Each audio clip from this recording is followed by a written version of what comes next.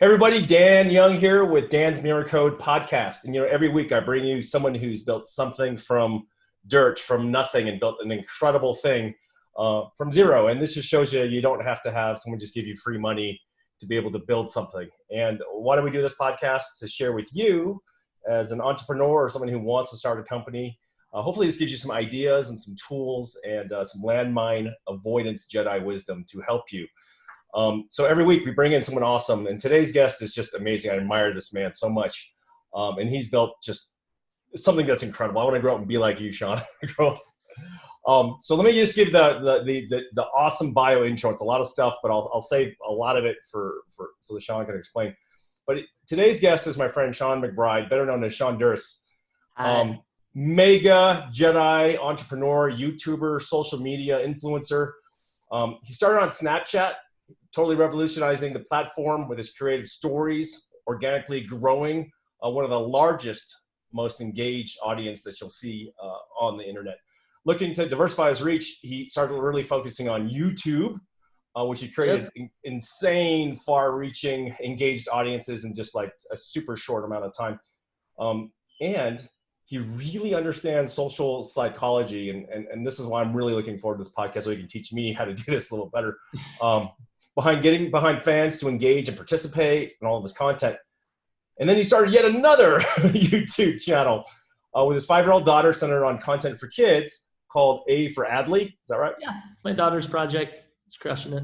So fans look forward to his best day ever and A for Adley videos with all kinds of really cool content based around his family life, hanging out with friends, skateboarding, and all kinds of cool new trends that pop up. So let me give you some stats here, so you guys are gonna totally freak out. The two channels have a combined 4.5 million subscriber base and over 3.9 billion views. Yeah. He's won all kinds of crazy awards for all his content. He's been featured in Forbes 30 under 30, young dude making it happen, and has created the Space Station, which includes Spacestation Gaming, Spacestation Integrations, and satellite studios. And here's more crazy numbers. I know we're always getting numbers, but this is really what proof's in the pudding, because the numbers show it. Spacestation Integrations did over like $10 million last year. Is on track to do over 20 million this year.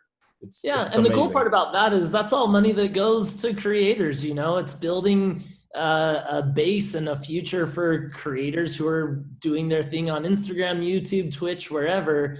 And so, I mean, it's more than just a number. It's like that's helping creators grow and be long-term successful in their little arenas that they create in. So I'm extra proud of that number just because it's helping a lot of people that are just like me, like my homies. Like most of the people that we manage in the social media space are like friends of mine. And I love and appreciate their content, what they do. So that one's extra special. So here's a crazy question. Like every kid that I know that buys our computers at Zydex, they want to grow up and be like you. So how did this how did you get this computer? how did you get this thing all started, and where did you come from and get here? Yeah, so super early stages of everything. Just normal guy living in Utah, wanted to be a pro skateboarder, went super hard on skateboarding. I think I learned a lot of determination, not giving up, and creativity, expression stuff through skating, snowboarding. Went on a mission for my church and just learned about how big the world is and how doing good for others and sharing a positive message, how just amazing that feels. And then decided that I want to do a little bit of both, do really fun, creative stuff, but also share positive messages. And when I got back from Honduras, that's when social media had really popped. While I was gone, they had invented YouTube and Instagram and all this stuff. So when I came back, Shaun got back from Honduras. The Shonduras name kind of stuck. Oh, that's yeah.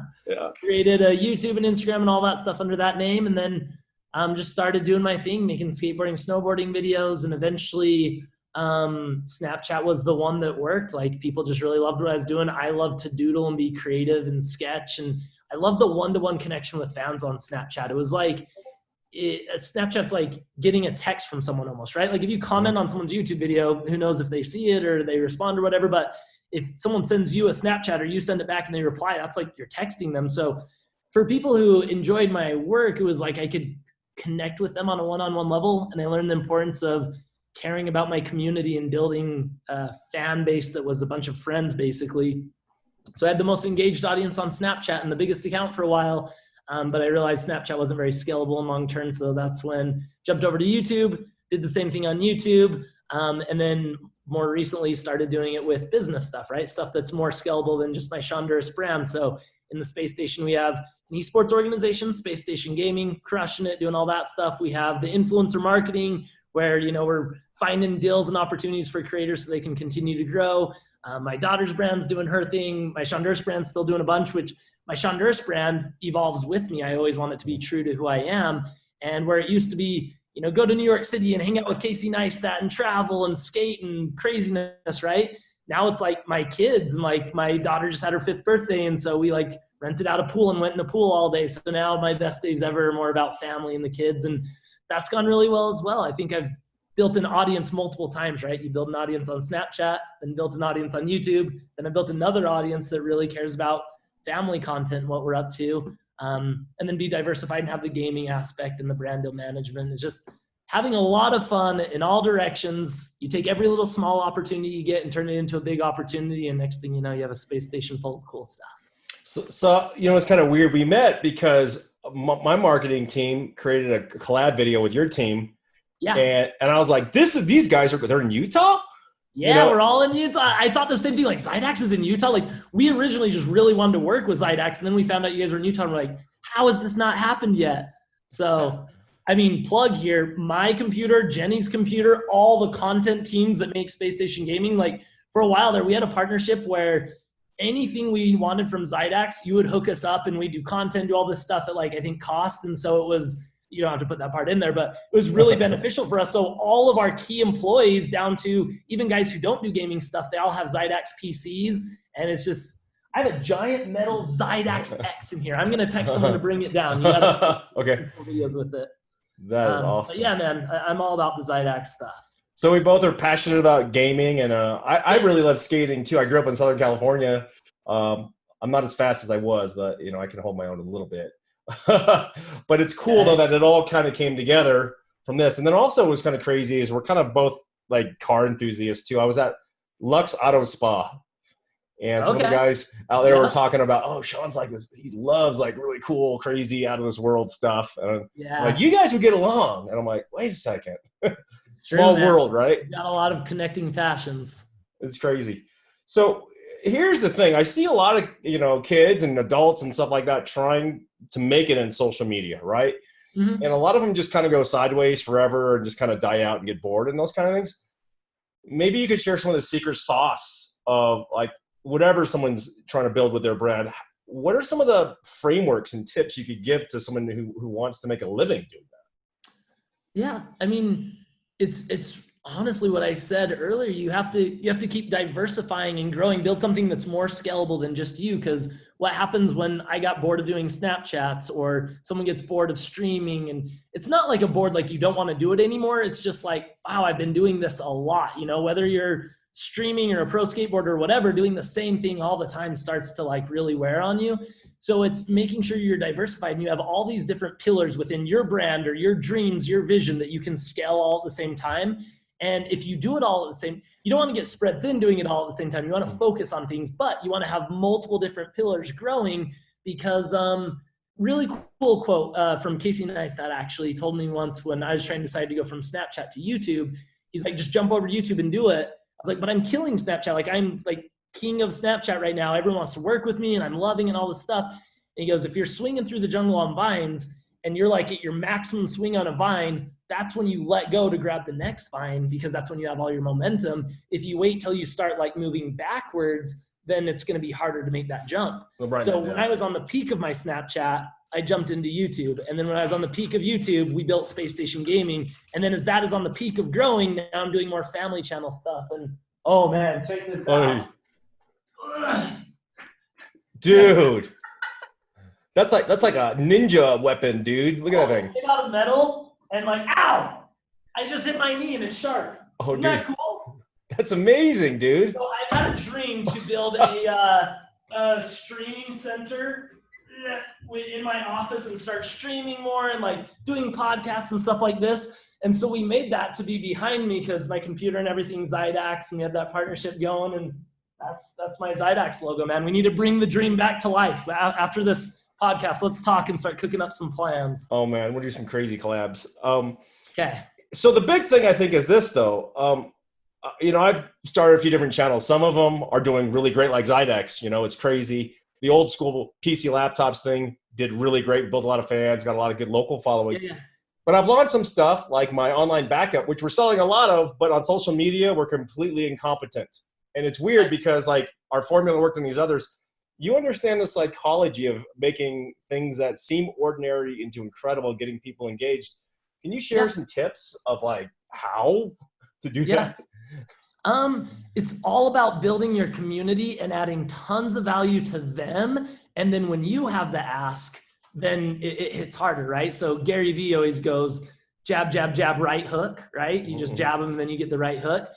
Similar concept that I learned from Gary, but mine's more like give, give, give, ask. So with my daughter's brand, the A for Adley brand, she's a 4-year-old. She makes YouTube videos. She loves it. We get paid AdSense from YouTube. That's more money than any 4-year-old needs. We have it saved up for college, all that stuff.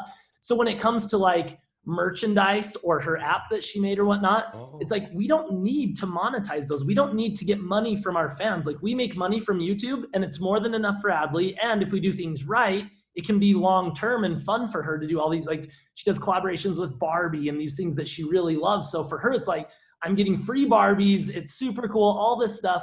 Why would we try and like receive more from our community and our audience and ask them to pay a ton of money for merch? So what we did with Adley's merch drop that just happened last week is you can see if you go to aforadley.com, everything is $5. Like we're talking, not everything, there's a couple things that are like $10, but basically everything we're giving away is at cost. Because if it cost us $10 to make this cool little juice box that says A for Adley and we want her fans to be able to use that, let's give it to them for $10. We don't make any money. They don't have to spend any extra money, but now we've added value to our community. They'll always remember Adley because of the juice box. So they'll remember Adley because the app's on their phone. And now we've added value to our community. We're part of them. We're friends. And then as we make our videos and collaborate with Barbie or other partners, that's where we can make our money on YouTube ads or whatever else. But with our community, we just give, give, give. And it's working super good. And I think we've done that with Spacestation Gaming and my Shonduras brand and all across the board is just give, give, give.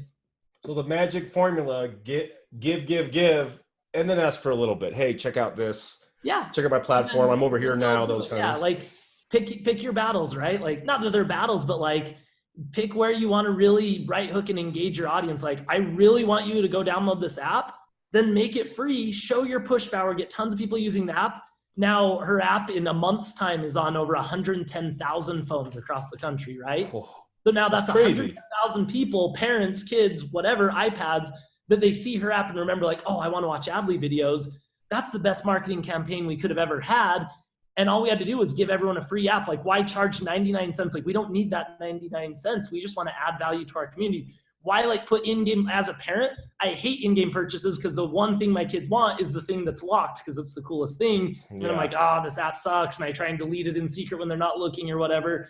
And so if we just do everything for free and add value, parents are stoked, kids are stoked, the app's fun, it reminds them to watch our videos. And at the end of the day, like what's your one driver? Is it sales? Is it an audience? Is it retention? Like what is the main focus?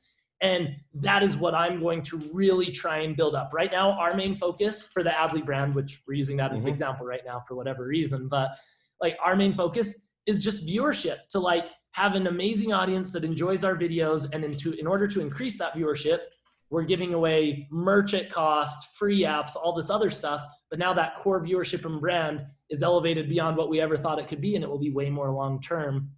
So put it in perspective for whatever business you guys are working on or whatever project, right? Like figure out what your most important needle mover or end goal is and focus on how you control and execute on that. And then add tons of value for free all around it. And you'll start to build this community that really respects and appreciates everything you've done. And then boom, you'll get to that like core focus eventually. That is cool because I see, and I've done this myself prematurely, going for that right hook or whatnot, too early without offering enough value. And you see those projects kind of flop around, right? Yeah.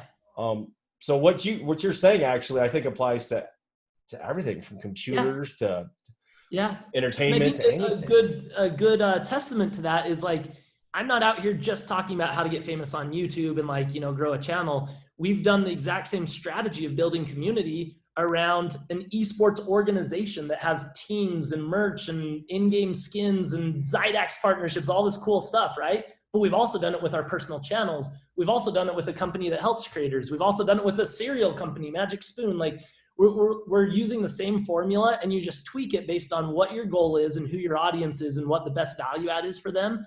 And it's, it's situational, it's different every time, but that base element of adding value is like the key function. Build a community, add value, and then deliver on whatever the main thing is. Dude, that's incredible. Because I remember like with PC laptops, 1992, we did the free virus scan. I don't care where you bought it, bring it in free. Yeah. It's normally $50. Yeah. And we built this email list, just a huge one. And then we just sent them out cool new, hey, this is a new product that's available. You can look at it if you want to come in. And people start coming in, right? Yep. That's kind of like the old school way, but it's still you get foot traffic and get people in the door. Yeah. Man, this is cool. I mean, that's just a simple thing, because I think so many entrepreneurs and even guys that have been doing it for a while like myself kind of forget that. Yeah. It's a basic reminder. Concept. Like that's what coupons are. It's to get people in the store and make a purchase and then buy other stuff at full price. Like our merch and our app are just coupons. Here's a free app and a free merch, and put Adley all over on your phone, and your kids are wearing the shirts and using the juice boxes and wearing the beach towels and all this stuff. You're going to be diehard Adley fans and love it. And that's all going to trickle back to views. And that's where we can do our partnerships, and YouTube pays us for ads. So like, yeah, you got to be patient as well though, because we could make more money by charging for the apps and charging for the merch and stuff. But you got to realize everything should be long-term. Like when you're talking about happiness, right? Mm-hmm. Like, do you ask someone like, do you want to be way happy for the next year, or do you want to be happy for the next 10 years? They'd say happy for the next 10 years. Think about the exact same thing in the business world, right? Like, do you want to be successful for 10 years or super successful for 1 year? We could make a ton of money in 1 year, or we could make decent money or even lose money, break even, whatever you want to call it, for a year, but then build a long-term community that's going to appreciate us for a long time to come. And that's where you get these A-list celebrities and A-list brands and, the stuff, the Nikes that we all know about. They just built such a diehard community that they're timeless. And I don't know what my end goal is with Spacestation Gaming or with Adley's brand. And I think it shifts, and it's whatever Adley wants to do, whatever the gaming world wants to do. I don't know where it ends up, but I do know that we're looking long-term. So rather than make the most money possible today, we just want to be successful today and be thinking long-term for how we generate revenue. I think it's genius, because then as you pivot into new things you're starting, then an audience, transfers, right? You get that halo effect, and they're like, hey, what's Shaun working on, man?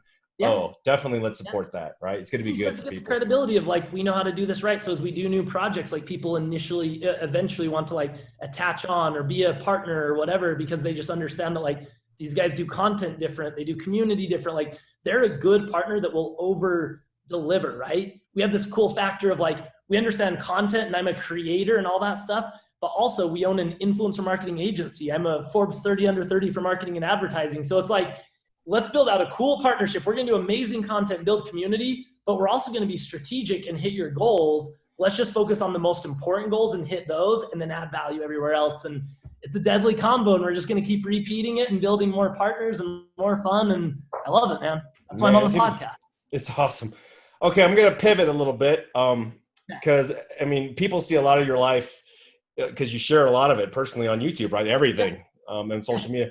What's the biggest challenge you've had in your life? The most heart-wrenching, whether it's business, personal, that kind of thing that you're willing to share, and how did you deal with it? Oh man, I can't think of one specific thing. There's lots of little specific things that have been hard.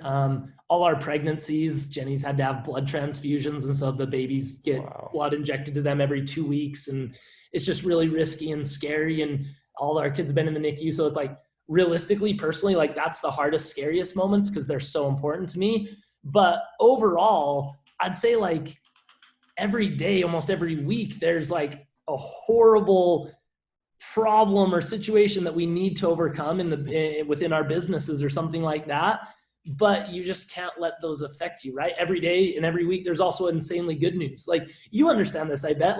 When you are functioning at your ultimate level, accomplishing as much as you can and dedicating 100% of your focus to whatever your dream or your project is, every day you have a huge win and you have a huge failure, and you just got to learn to deal with that stuff. And if you focus too much on the wins and celebrate too much, then you're not going as deep as you could go and not thinking as big as you could think. If you spend too much time worrying about the little things that go wrong or whatever, then like you're just stressing yourself out and you're never going to be able to like hit your full potential and scale. So like every day I have something really difficult happen, and every day I just have to tackle it and remember it's not the end of the world and stay positive.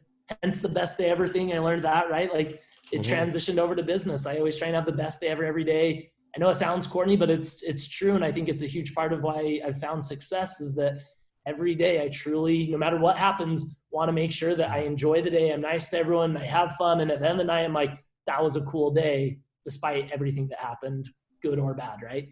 That's phenomenal. I think that optimism, you see it in all what you do. But also you can see some of the challenges and things like that, and how people deal with that, especially during like this crazy COVID stuff going on now. I think a lot of people are hitting a lot more challenges, right? Right now, and how you address that is what you're talking about, is how people get the result, right? Yeah. I mean, in a super respectful way, but we've found a lot of success during COVID times, which is hard because it's affecting a lot of people. It's affecting every single person in the entire world, but it's affecting a lot of people, businesses, industries negatively. And so it's hard and it's frustrating and it just is what it is, but everyone needs to try and work around it. And I feel very fortunate that we figured out how to work around it, and we're actually growing and hiring, and things have never been better. And again, I'm appreciative for that. And I feel bad for anyone who isn't in the same circumstances. We're lucky that a lot of our stuff is digital, so it's unaffected. But also I think there's something to be said about us molding and just rolling with the punches and like continuing to change our business model based on what's happening in the world with COVID, right? We just got to be that much harder online and on digital communities, and partners don't have the same ability to do physical location activations and tell their story at events like they're so used to doing. So like, let's provide those opportunities to share a brand's message on digital. And if we do that well, then we can like still find success throughout COVID. So we're just battling in every possible way we can to just stay positive and keep momentum, and it's working. It's weird. I have two friends who own sushi bar chains, right? Like tons of restaurants. And one friend, they come to me for a little advice. Hey, what would you do? Just for a little soundboarding. And one friend's like, dude, I don't know what to do. I'm thinking about just closing and firing everybody and just, I don't know, maybe I'll retire. Yeah. And the other friend said, hey, I've thought this crazy plan, like, I'm using DoorDash and these things. I'm really going to push my social media and create some cool incentives and all kinds of stuff for people. And I'm going to take my people and actually have them make some of the products and turn a lot of people into cooks, right? So we can mass produce this stuff. And one guy, so the guy who was all optimistic, he's like, my business is up 80% right now. 80% in restaurant. That is such a cool story. Other guy, dude, we're down to 80%. I feel like I've lost everything I've built over the last decade. And, it's weird. Same business, same city. One guy making more money than he's ever made and hiring people and cooks and chefs. One guy retreating, into that. And I think you see that in all industries, like in our business and computers. Just in Salt Lake, we sell to a lot of smaller computer stores that are resellers. We build their computers. They stick their name on it, right? They mark it up a little bit. Do it. Yep. But we've seen like almost a dozen of these guys go bankrupt. And we're like, why are you going bankrupt? They're like, well, I'm so scared. I just closed my store and I cut off all my advertising and I fired all my people, all my best people. And I'm like, what are you doing that for? Like, save money. I'm like, well, then how are you going to operate, dude? Yeah, it's true. You got to have that. I mean, it's a risk and everyone's got to take it, but you got to be willing to take risks. And that's what life is, right? If you don't try your hardest and go for it, then you'll never know. And I think a lot of people get nervous and they just don't approach the situation as strategically as they could. And then the people who do approach strategically, it may or may not work, but at least they knew they gave it their best. And oftentimes it does work. And the people that mold and figure it out, like after COVID and the pandemic's over, there's going to be another thing that's complicated, or, just the future in general is constantly changing. Like none of us saw TikTok taking over and now it's here. So like, we got to figure out how to use it. And you know what I mean? Like maybe for 2 weeks or 30 days, whatever they said that they got to sell it. Right? And that's all going to change. Like we have a company called Satellite Studios that manages huge TikTokers, and we have hundreds of thousands of dollars lined up in TikTok brand deals. And if I let that stress me out and I get nervous, I pull out, then I'm losing. But if I just push forward and know that I'm going to figure out a solution and we're just going to keep moving, then it may or may not work, but hey, you miss every shot you don't take. It might be. We're moving your old to Reels or Microsoft if they buy TikTok. We've already started getting budget for Reels deals. So it's like, you just got to be willing to move rather than like, oh no, Reels is going to take over. We do all our marketing through YouTube. It's like, cool, figure out Reels. We already have like got budget and are doing deals with Reels, and it's like a couple days old. You know, one piece of advice that I've been giving all these people messaging me on the internet, like, what do I do? What do I do with my business? I just told them to find just a few friends that have your kind of attitude, right? And hang out with those guys more. So guys that are winning, doing really well in the crap. But if you hang out with a bunch of depressed dudes, you're going to be depressed, or a bunch of dudes that are giving up. I mean, it's just like, you don't have to divorce those people completely out of your life, but expose more to the people that, you know, have figured out how to deal with it mentally and, you know, in execution, right? You're one of those guys, man.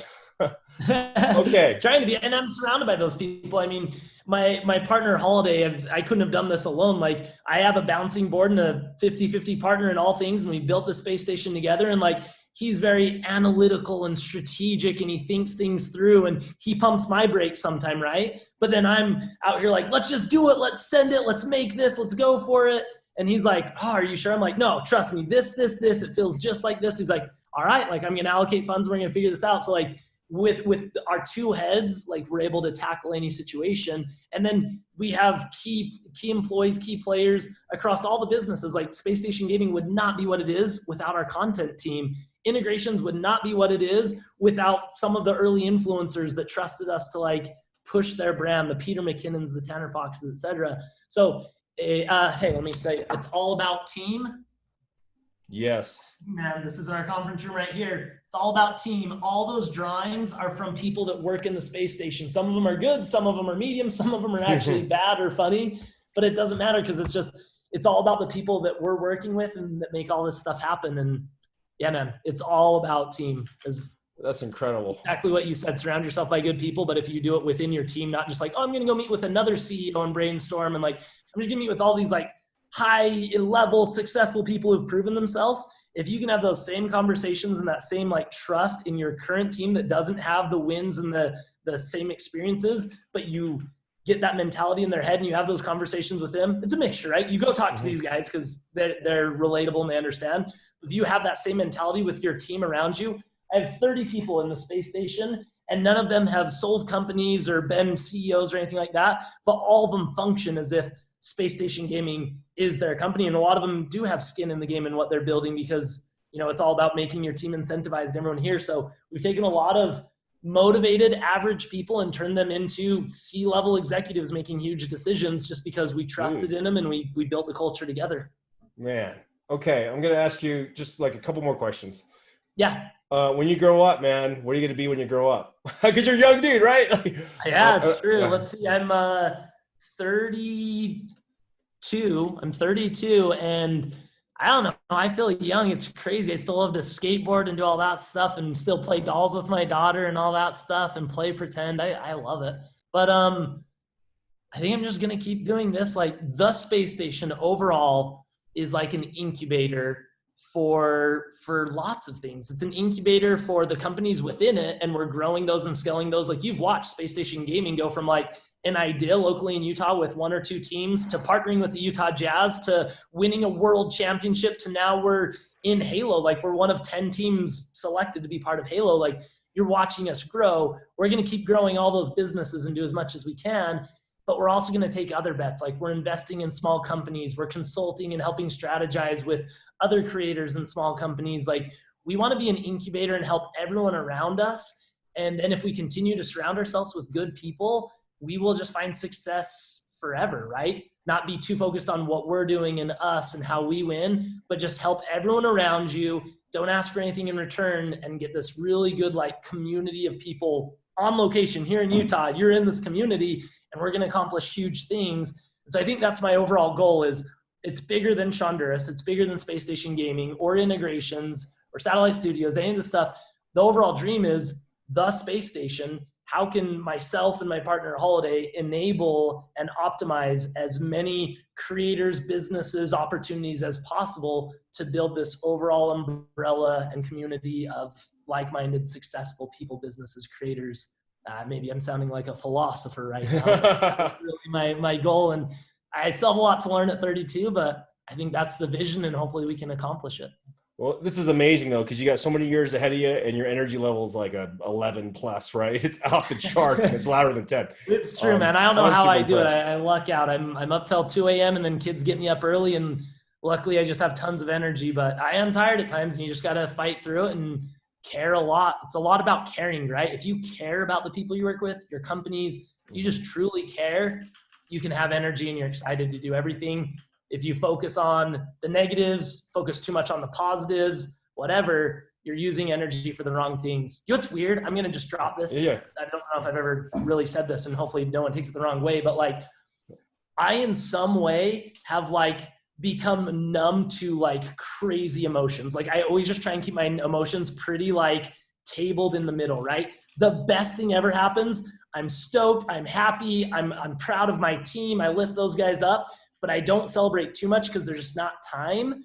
And then when something bad happens, horrible, everyone's freaking out, global pandemic, I just try not to read too much into it. I'm sensitive to it, but I just like keep knowing that like we're gonna focus and keep going. So it's this weird balance of like, emotion's great. You want to be excited and you want to be sad, and like emotion's a good thing, right? But at the level you're trying to function as an entrepreneur, you really have to like tame those levels of emotion, both the highs and the lows, and just stay focused in the middle and moving forward, taking every little opportunity, turning it into a big one, and not get too vested in one situation. And I think if you can do that and figure it out, which I'm sure you know because it's part of the process, then you can really create something awesome. It's just being disciplined to not get too emotional about every little thing that happens, because there's a lot of things happening if you're being an entrepreneur, right? I had this crazy, awesome mentor. One of my first ones almost 30 years ago when I was a kid, right? Okay. He said to me, Dan, what are you going to do today? I'm like, well, I'm going to execute and make all the stuff happen. And he goes, well, take a moment to celebrate what you guys accomplished, but then make sure in the morning you wake up like it's day one. And remember, you already got paid for yesterday. Your check cleared, you know? And I'm like, man, but I've been doing this 5 years. And he's like, yeah. And every one of your checks cleared, right? You deposited it, you bought your fun car and bought your investments, whatever. But pretend you're broke and execute like you're broke, and celebrate, but don't stay there too long. You got to focus 90% of your energy in the execution, 5% in the celebration, 5% to be sad, but don't dwell there, right? Like everything else is in the middle. Yep. The exact same knowledge passed on through thousands of years of mentorship, you know? Did your parents teach you that? Did a mentor teach you that? I don't know how to word it as well, probably, but hey, I'm learning, getting better at it, and I want to share what little I know about that topic. And I'm ever learning how to control my emotions and just be motivated and dialed, and it's all part of the process. But yeah, as of right now, like that's how I feel. And I think that's good advice for anyone trying to do anything, is like, give it 100%. Don't get too like caught up in you've done it and you've made it, and don't get too caught up in like it's all over and it's not going to work. Just always have a pretty leveled mentality of up and onward. One quote I do say a lot, and we have it written around the space station, is only direction is up. So like, that's the only place we're focused. There's no tabling, there's no going down, there's no like, well, this happened, so now we're going to be lower. It's just like the only direction's up, and we just figure out how to go that direction. I'm going to borrow that one and put it in our war room. 3 favorite quotes for you. Okay. Take every small opportunity and tune it. Let me start over. Okay. All right. 3 quotes for you from this awesome conversation we've had. First one, take every small opportunity, turn it into a big one. You never can be diversified too much. You always want to just look for little opportunities, go down any road, give it as much time, energy, money as you deem necessary, and then make a decision on if you can make that a bigger opportunity or if you move on to the next one. But you always got to be cycling through small opportunities. Number 2, it's all about team. If you take all your wins and invest it back into your team, if you give all your credit and control and brainstorming and optimization into your team, then they can carry on and scale what that vision is. And then last one we just said is only direction is up. Focus those 2 things. And then from there, only direction's up. No other excuses or thought processes or anything. It's just pure positivity. Every day's the best day ever. Only direction is up. I've documented those because I document everything.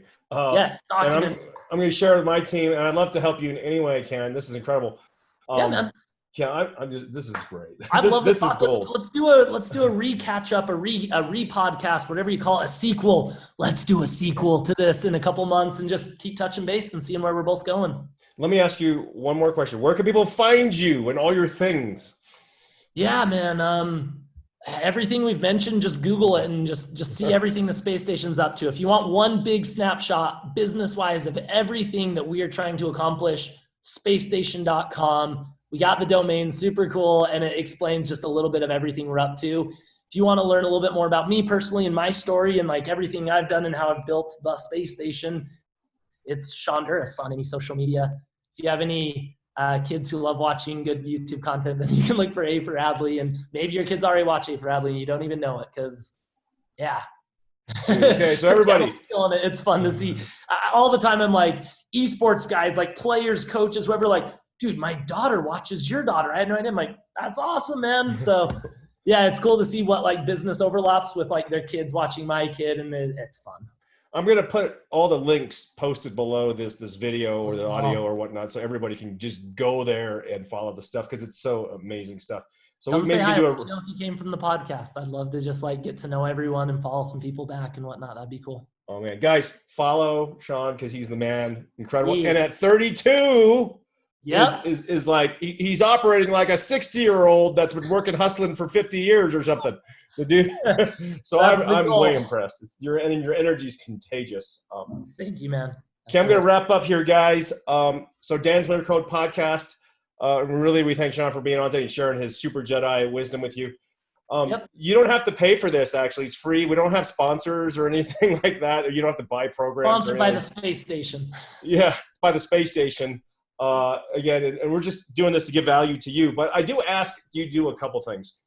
If you find this is really valuable, I want you to execute what you learn here. Don't just like take it. Listen, watch this a few times, and actually employ that into your action plan. Okay, and share it, obviously.